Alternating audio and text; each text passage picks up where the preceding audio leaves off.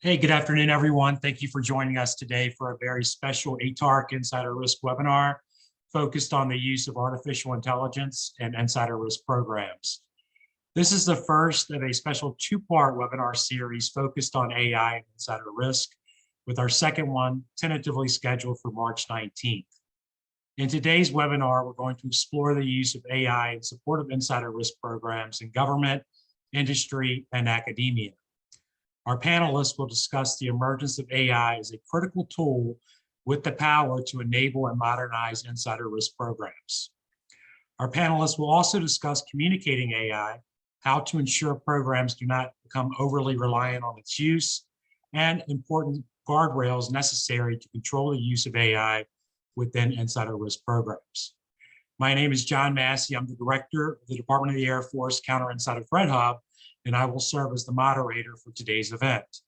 I am fortunate to be joined today by three special guests and really an all-star panel, a group of panelists for our discussion, and I'd like to introduce our panelists now. Our first panelist is Dr. Brian Spisak. He is an independent consult and research associate with the National Preparedness Leadership Initiative at Harvard. Our second panelist is Dr. Frank Tortorello. He is an analyst with the United States Senate Sergeant at Arms Office, Cybersecurity Department. And our third and final panelist is Mr. Danny Livers. He is the Insider Program Senior Official for the Georgia Institute of Technology. Gentlemen, welcome and thank you for participating in our discussion today. Thanks, John. Now, for our first question, I'd like to go ahead and jump right in and give each of you an opportunity to respond here, since I'm sure you have a lot of thoughts on this particular question, this particular topic.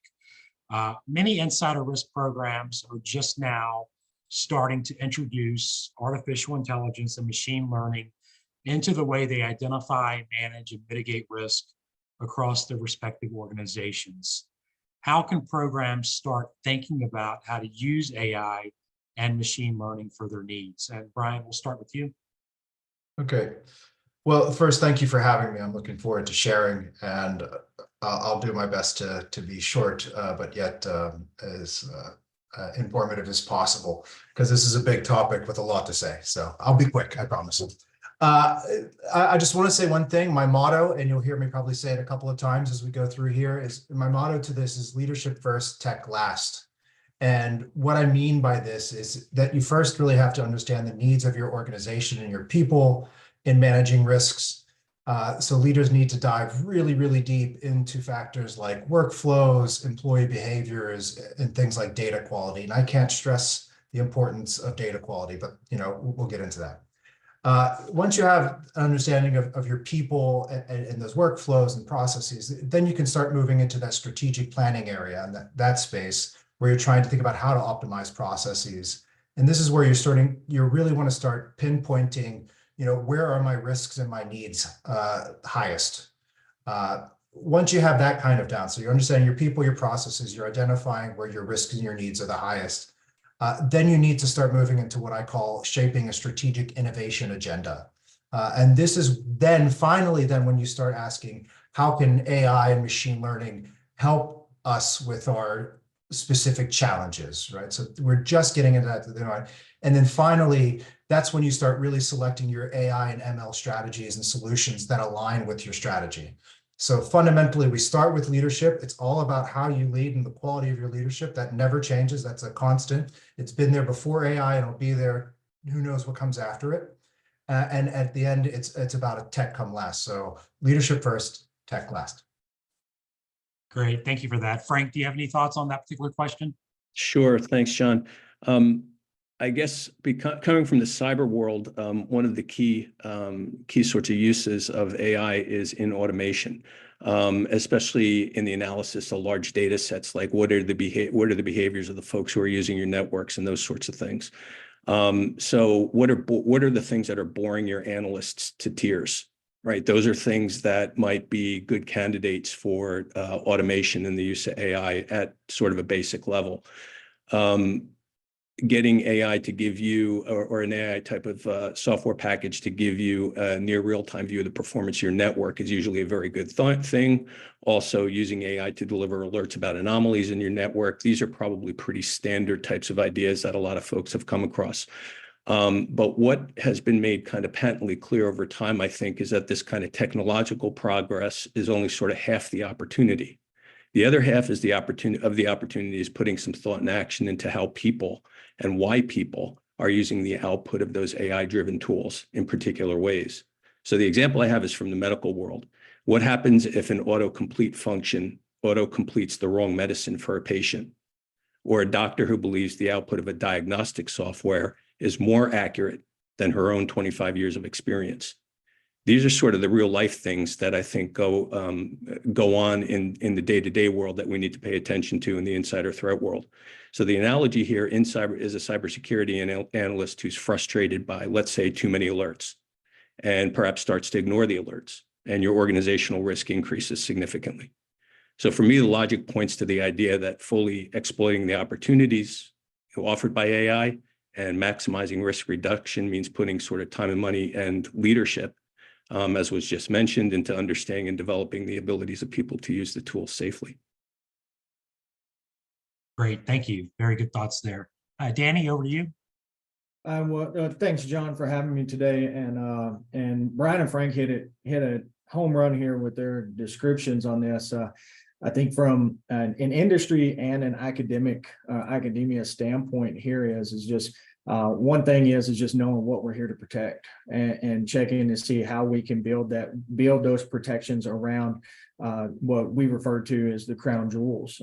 So when we're looking at and we're taking a look at the protection levels, how can AI, come in, or the machine learning aspects supplement what the human aspect is getting and collecting the data. So, Brian was talking about the quality of data and understanding and collecting that information so that they can make those decisions. I think that is a very valuable point there, because if you don't know what you don't know until you actually go out there and you find it and collect it and you know it. So the AI is there to help us consolidate it and to be able to make those decisions that Frank was talking about. But I do love his analogy also about using the medical field there, that, if we don't know what we're here to protect, it's hard to understand what we're going to use the AI tools for. Great. So yeah, some really great and unique insights and considerations right out of the gate with respect to that first question. So I'm really excited about the next several follow-up questions that we have for today's discussion. And Danny, we'll stay with you for this next question here. Should there be any considerations given for how to communicate the use of AI in an insider threat program to key program stakeholders? Yeah, absolutely. I mean, it's just like anything else that we're communicating with the key stakeholders here. I think that, there's three aspects that we need to take a look at, and that is to identify the misconceptions that come along with, machine learning and artificial intelligence. And that's, it's not here to be Big Brother. It's not the big eye in the sky. It's not here to, shut down the researchers or shut down the technologists that are out there that are working hard for the organizations. I think that what we need to do is we need to present it in a clear and concise way in order to, one, take a look and see what the return on investment is, because that's what our key stakeholders want to know. If we're going to invest in something, we're going to shift from, or utilize something as a new tool or as a new resource. What is the return on investment for the organization? But we also have to be able to communicate and explain in a clear manner on how we're going to utilize that product. So when we're doing our selection process and we're researching, what best fits our organization after we identify the gaps that we may have, or we identify the crown jewels that we're actually here to protect, and we want to prioritize them. How are we going to utilize that tool, and what are some of the positives? But it's also important for us to identify the negatives, because there's so many answers out there. There's so many questions out there with artificial intelligence and machine learning that we just don't know. It changes daily. It's technology. It's fast and moving, and it's fluid. So I think that being open and transparent with, the potentials that we may have in the future, and what we can gain today, to better serve our organization is very important. Great, thank you for that. And I'm sure that, in some organizations, there's probably some apprehension about the use of AI and machine learning, especially when you blend it with a security or an insider threat discipline, fear of, Minority Report and Skynet, things like that. So, chipping away and breaking down those barriers and those obstacles to get that buy-in and that support for leveraging these unique technological capabilities that can maybe empower how we run these programs is absolutely critical. The next question I have, we're going to shift back over to Brian. Brian, how can one ensure that a program does not become overly reliant on AI? Yeah. So the first thing is the tech needs to adapt to your needs, not the other way around, right? So that's the first thing. The tech needs to adapt to your needs. Yeah, you don't want to go to the Skynet side where we're, not only adapting, but we're the overlords. But anyway, that's the thing. And to avoid that over reliance, then I'm going to go back to my motto again. It's leadership first, tech last. That's how you ensure that it adapts to your needs. What do we do then? So this is where, it relates to things like return on investment. Well, what does that mean? And I think in order to get a framework there, and I'm working on that now with healthcare leaders, is how do we define that? And I start with, well, we need to define and integrate responsible AI principles. And I think that's super important, is really kind of what does it mean to have responsible AI and how do we incorporate it? And so in a nutshell, really, that's leadership consistently apply ethical guidelines in a way that's, and your practices are ethical and responsible. So that means ensuring that your AI solutions here's a couple of things. There's more to it in terms of a responsible AI framework, but I'll just give you some examples. You'll find this, I published a paper in Harvard Business Review about this, but it overlaps with what Amazon's doing, with what Microsoft is doing, so there's connection. And this is, so when you talk about these solutions, we're looking at sort of focusing on things that are transparent.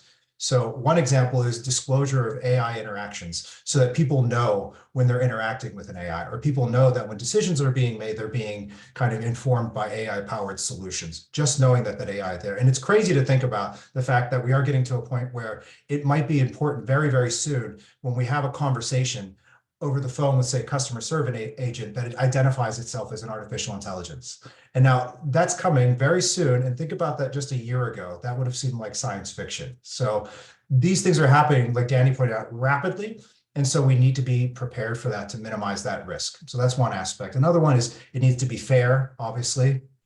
We need to focus on these systems and solutions being accountable. So are they fit for purpose? Again, that goes back to the tech needs to adapt to your needs. And that's where leadership comes back in. And if you can't tell, my background is organizational psychology with a focus on leadership. I tend to beat that drum. And another final one for this audience, I think is super important, is it secure? It has to be secure. So it has to be reliable, it has to be safe, and it has to be private. And so this approach ultimately keeps us and the focus on human expertise and judgment, right? So that's how we make sure that we're not too reliant on it, is it's responsible, it's keeping that sort of focus on human expertise and judgment, and it's making AI a complement to, rather than a replacement for, human-driven strategies. So I guess if I wanted to sum up everything I just said, is AI is as a supportive tool. And we make sure that we do that by having a responsible AI framework to make sure that every step from ideas and identifying needs, the whole way to deployment of AI solutions, has that responsible AI baked in the whole way from start to finish. Great, appreciate that response. And that's actually a really, really good segue here into our next question, which I'll go back to Danny for. How do we put guardrails in place to control the use of AI in these insider risk and insider threat programs?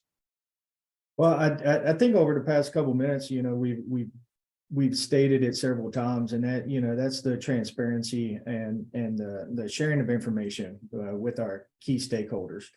And so the guardrails that are established, and being able to set up that continuous evaluation for a program. We can't be afraid to say that, go in and take a look at our program and say, hey, we're not meeting the mark here. Just because we've set something up and we pushed it out there and it's working, we can't be afraid to go back in and evaluate that as leaders, and then share that information with your insider threat working groups, which are your key stakeholders, to check and see where the adjustments need to be made. So we talked a while ago, Frank mentioned a lot of the white noise that analysts get. How do we reduce that white noise? Well, setting these guardrails and that continuous evaluation, it's kind of it brings it all for full circle, because it gives us the opportunity to evaluate what we've established, but also go in and make those changes that are needed, utilizing legal standpoint for privacy and civil liberty concerns, and taking a look at from your human resources department and seeing what policies have changed, or talking with your cybersecurity department to check and see what the organizational information technology policies have changed. Are those producing us white noise in order for us to, be bogged down and not be able to be as productive as we want to be as a program? So I think that the establishing the guardrails here is basically built around continuous evaluation and having clear and concise policies and procedures that we can go back and we can take a look at and modify as technology changes, because we're going to keep going back to the topic that it works today. Tomorrow there might be a change, and then we have to adjust as well. So we have to be fluid, we have to be resilient, and be able to bounce back and not get in that mindset of the old George Foreman grill of just set it and forget it, because that doesn't work. That's not going to happen in the insider risk evaluations and the use of machine learning out here today. Not in our environment. Yeah, great thoughts there. And I think, the big takeaway is slow and steady wins the race. You don't want to be left in the dust when it comes to technology and these capabilities that we can leverage to make our programs better and more robust. But, getting back to the earlier comment about leadership first too, you're making sure you're engaging with the right stakeholders, and you're moving out in a slow, methodical way that's very deliberate and calculated with everything that you do when you're blending in AI and machine learning capabilities with something as delicate and unique as an insider threat program. So great thoughts there. Thank you. Going to shift gears now to Frank.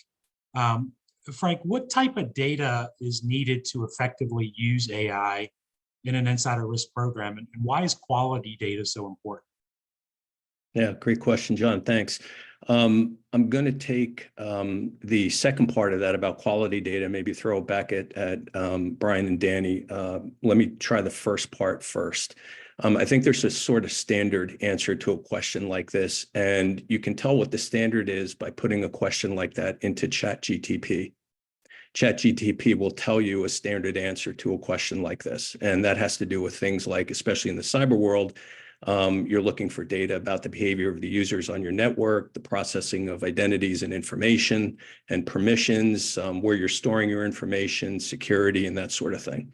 But what does a non-standard answer to a question like this look like? That's what sort of strikes me about this. What's the kind of data that you might want to have that is important in a non-standard way, and that maybe picks up on some of the themes that Danny and Brian have been talking about with regard to people? So what about data about the ways your analysts are making judgments about whether to acknowledge or respond to alerts, or the ways that people are using theories to interpret the meaning of the data? So what do I mean by that? So if you're standing on the earth and you look up at the sky and the motions of the planets and the stars, all the data, all the evidence can't tell you whether the earth is going around the sun or the sun is going around the earth. No one's ever flown outside of our solar system and taken a look. So the only way we know that there is a difference and the meaning of the difference is with a theory. So how does this play into insider threat? Here's some things I've heard that are sort of little low-level proto-theories. That happens to all Marines. Wow, who would be crazy enough to do that? There's no way she could have gotten in there. So how did that happen? Those are all theories. They're all interpretations of the meaning of some data set. They're judgments. And so my question in relation to your question is, what are the theories that we're teaching our people to use when they interpret the output of AI or any particular data set for that matter? So maybe to answer your question then in a different way about what an effective use of AI is in types of data, here's a proposition.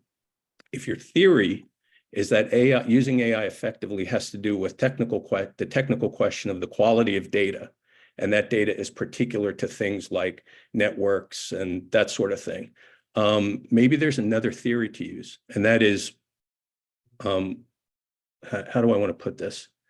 What are the theories your analysts are using to interpret the meaning of the output of your AI-enabled tools? And if you don't have that data, what are the risks that you're taking?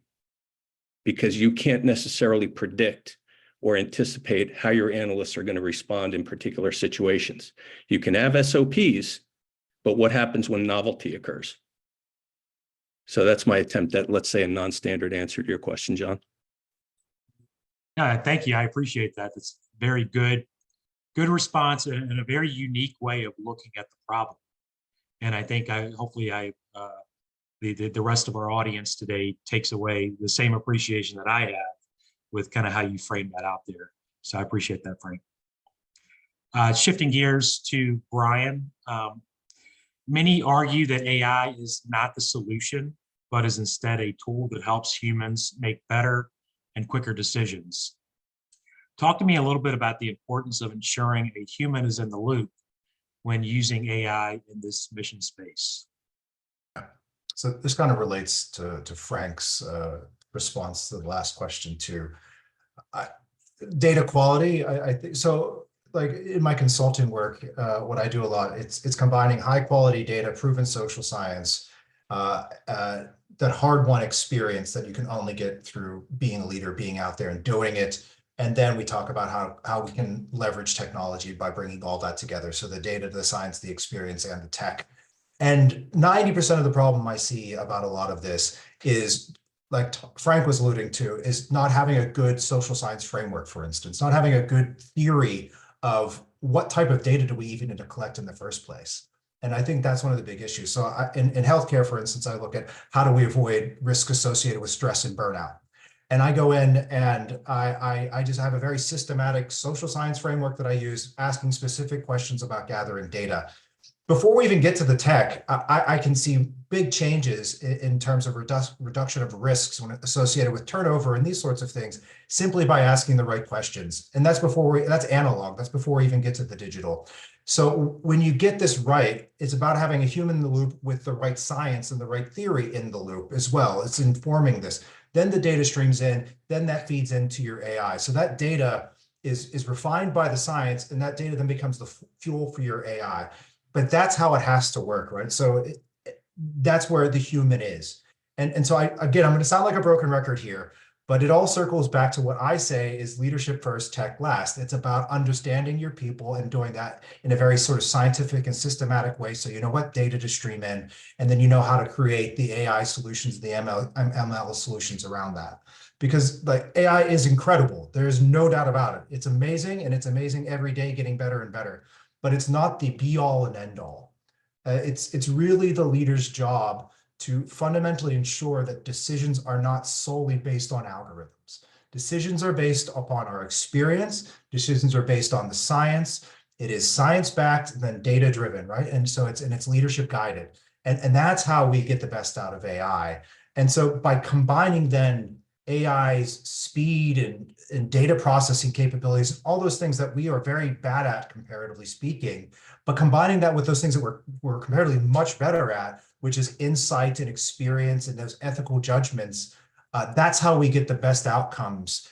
It's about keeping that human in the loop. So while the AI is powerful, and it's very powerful, that's why we're all here, that's why there's so many attendees listening, it's our human perspective and our human experiences that truly drives these meaningful decisions. That's where we get it, is from our perspective, our experience. It's the fresh data that we generate that drives AI ultimately. So to end on this, AI is a tool in the arsenal and a very powerful one in that, but it's not the driver of mission critical decisions. We are, right? It's not the driver, at least not the driver yet. And we're still in that driver's seat because we bring that sort of human perspective, human experience, and we're the ones that can bring the data and the science together to inform those AI solutions. Thank you. So it was a really, really good discussion here the last few minutes. And if we have the theory, we have the science, we have the insights, we have the data, we have all of this that kind of collectively comes together. We may have assessments or reports that are developed using AI. And these products can likely result in some type of recommendation or a decision that is made that affects an individual. Danny, this question is for you. How do we ensure when we're doing that? So let's say we do, in fact, keep the human in the loop, which is extremely important and critical for us to do, but we create a product, we make a recommendation, that recommendation leads to a decision. How do we ensure those products contain the appropriate level of context to ensure that they are, in fact, informing the correct decision? Well, I think back to when I was a criminal investigator with the Air Force, and we utilized a case management system, and we would put all of our information in, and then all of a sudden, the report of investigation would spit it out, and it would spit it out in a template. That template was never what senior leaders wanted to see, and so we had to go back in and we had to modify and change to make sure that people got what they needed in order to, make the decisions that needed to be made, from the senior leadership standpoint. So I think that we could take that perspective and we can take a look at it and see that, anything that we get out of the machine learning or the AI to generate these reports, it goes back to what Brian was saying a while ago. We can't take the human out of it. AI is a tool, it's a resource. So it's going to give us that critical information that you talked about. It gives us the ability to consolidate and to grab risk factors and indicators and to put it all in writing and to come up with a machine decision to say X, Y, or Z is the next step involved. But having that human element and making sure that proofreading or that assessment to make sure that coincides with the policies and procedures or the guidelines that are laid out in your organization is really important to make sure that the correct decisions are made there in that standpoint. So how do we ensure that the products contain the appropriate level of context? That's through what we talked about earlier too, the continuous evaluation, making sure that we ask, our AI products to produce what it is that we need for our organization. I can't take Brian's, blueprint for the healthcare and put it into Georgia Tech and say that they're going to run exactly the same. They have to be modified. It has to meet my needs. It can't be, Frank from a cybersecurity standpoint. When he's assessing his priorities, I can't use that here at Georgia Tech. I have to modify that myself. So the modification and the evaluation piece is going to be critical to know what AI is spitting out and what it's providing us in order for us to be able to put that human assessment back into it and say, this is the path moving forward. Great, thank you. Thank you for that. Final question here for today's webinar. I'm going to pose this one to Frank. While we've seen the tremendous potential of AI, we've also seen some alarming patterns and things like biased outputs and even deep fakes. We've seen that emerge in recent years. My comments earlier about Minority Report and Skynet or some other fears and concerns that people have. From your perspective, are there ways to reduce the potential negative consequences of AI, at least with respect to this mission space? Sure. Yeah, that's a great question. I think moving forward, you're going to have a continuation of a variation of a traditional arms race between offensive and defensive power. So you're going to have people using AI to get better at faking and misleading and manipulating. And in response, you're going to get people who are going to use that AI to be better at detecting and preventing and reorienting. So assuming that's going to be a back and forth that's going to continue one way or another, the place I start to look for reducing potential negatives is what we've been talking about all along in the webinar, which is what are we doing with our people? So one place to look is the characteristics and the qualities of your organization, and how your organization is teaching people to engage with machine outputs, software, and that sort of thing. So whether the tool is an AI-enabled machine or something else, I've seen performance reviews, I've seen managerial interventions in which people are blamed for either engaging with the machine or not engaging with the machine in the same way on two different occasions. So you start to realize that regardless of the tool, the larger issue is the social relationships that comprise the organization. So if you have unfair leadership, if you have bad leadership, you're going to start developing resentment in people. As Brian was talking about his work, you're going to get people who are stressed. You're going to get quiet quitting. And these are all, by the way, invitations to forms of insider threat. So a big place to reduce risk in relation to AI is to get better at what we're doing in managing people and how we're running our organizations. And that's a conversation I rarely hear as the subject of this kind of topic. So what training courses are we putting our folks through that teach all levels of the organization about whether and how to trust, so to speak, a machine output? What do we teach our leaders, if anything, about how to hold people accountable appropriately for when they use different kinds of software or machinery?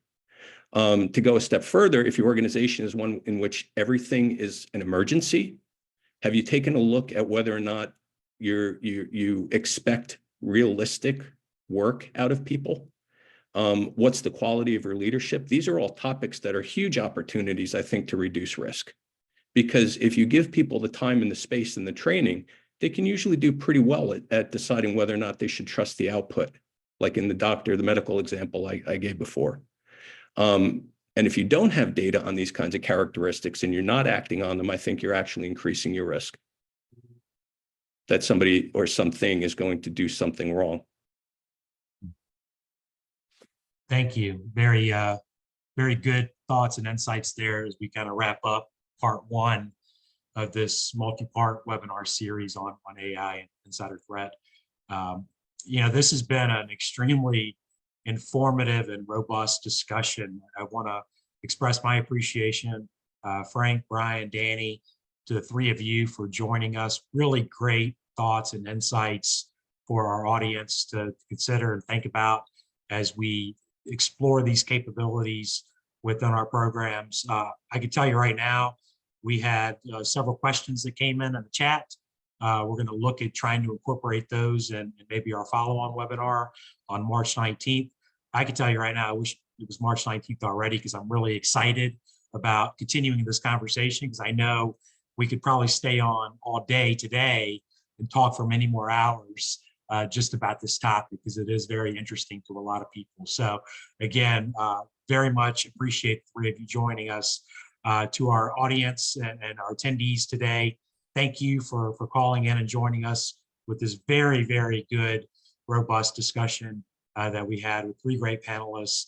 And we look forward to seeing you at our next webinar on March the 19th. So with that said, that concludes today's webinar. We hope to see you next time. Thank you.